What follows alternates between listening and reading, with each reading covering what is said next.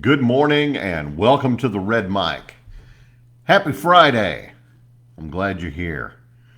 These Red Mic messages are leadership and life lessons I've picked up from 25 years as a public servant, 16 years as a youth football coach and scouting volunteer, and 10 years as a mediocre athlete with far more heart than actual physical ability.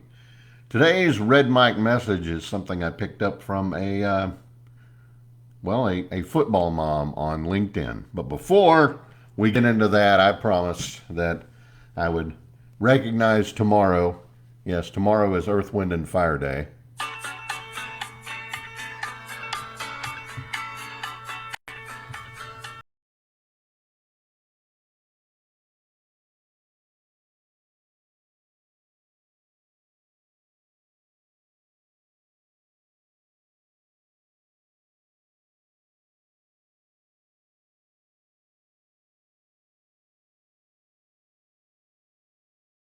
Appreciate you indulging me there. I love that song. Found out in researching it a little bit, though, basically, 21st night of September, it fit with the rhythm. And later, when they mentioned December, it rhymed with September mostly. So no hidden meaning, really. It's just a fun, up tempo, upbeat tune from Earth, Wind, and Fire. But uh, check it out. Check it out either today or tomorrow. Again, Earth, Wind, and Fire Day is tomorrow. Enjoy that for what it's worth. Today's Red Mic message. Saw a post from a lady on LinkedIn. She's a lady I've been following for a bit here. She does seminars and whatnot, and she's a public speaker. Talks about the different generations and how generations interact with each other and everything. I'll include her link later today uh, on my LinkedIn page for the Red Mic. But she was telling a story about how her son, she got word from teachers, administrators, etc., that her son was, acting the fool and being disrespectful to teachers, talking back, rolling his eyes, stuff like that. And she said, pardon my French, she said, oh, hell no. And she said, I'm not raising someone who's going to show these character flaws later in life. So she said, I'm going to nip this in the bud right now. And she said, you know what, young man? Um, you're not going to your next game. It's an out of town game. You're not going. You are not suiting up for that trip. You're not even going. You're staying. You're going to sit your happy little keister on the couch at home with me, and I don't care at all that you think this is ruining your life or it's going to hurt the team or whatever. My priority is you.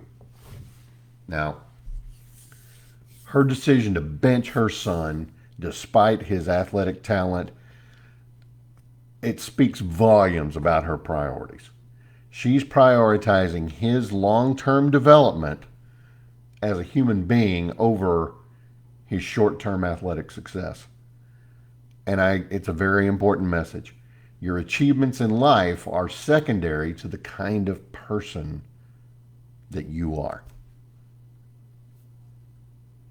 I loved her message. I really did. Now, when I coached kids in football, I told parents from the start, I would have a meeting with them before the season started, that my priorities were not necessarily wins and losses, although I wanted to win. I said, if you've got the illusion that your son is going to be the next Vince Young, he very well might be. But my experience tells me that he's not going to be. And I think I've mentioned this before. And all the kids that I've coached, I only had two go on and play D1 football. And they were brothers and both freaks of nature. And they both went to my alma mater, Wichita Falls High School. They played for the Coyotes. Moment of silence, please, for the Coyotes. Wichita Falls ISD decided to shut down Wichita Falls High School. They closed down all the high schools. I went from 3 high schools to two brand new schools. It was a sad day. It really was. But those two kids, Greg and Tommy Henderson, I wish I could say it was my tutelage that helped them get there, but come on, they were just both freaks of nature, smart as everything, and both incredible athletes. And they ended up playing at Rice. And if you know anything about college football or colleges in the state of Texas, you don't get into Rice, taking basket weaving classes. These guys were smart, and good athletes, fantastic athletes, and strong character. And they had plenty of support from their folks. And that's what this lady did. She's like, you know what? You becoming a good citizen comes first. And I really hope that her son picks up that lesson. I really do.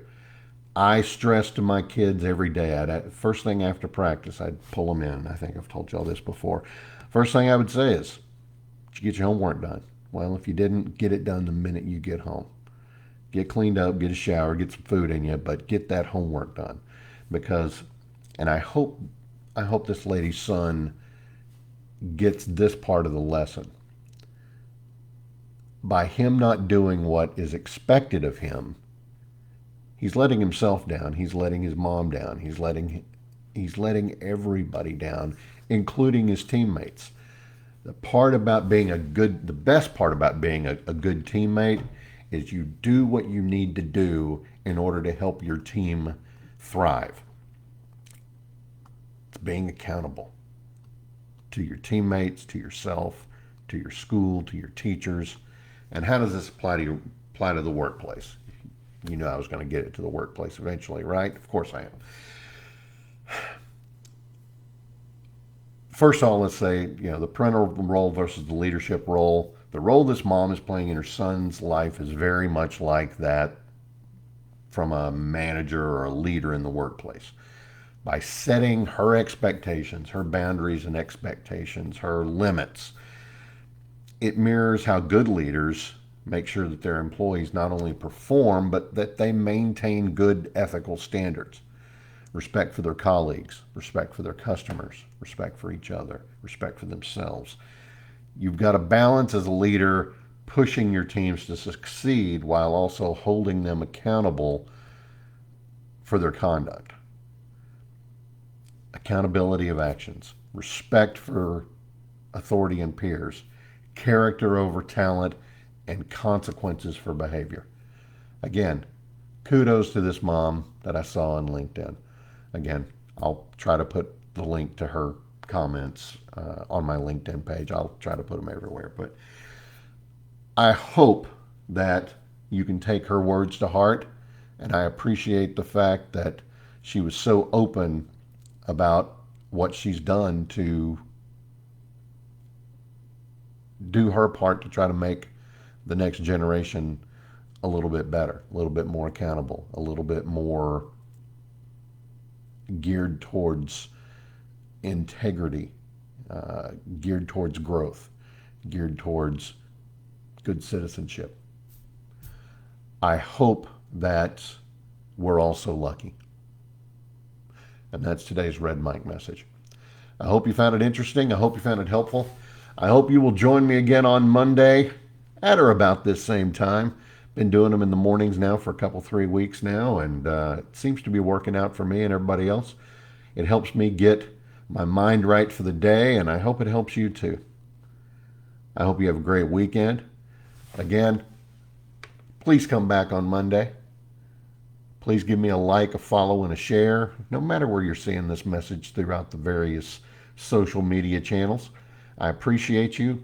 I enjoy doing this, and I hope you're enjoying it too. Remember, life is short. Drink the bourbon.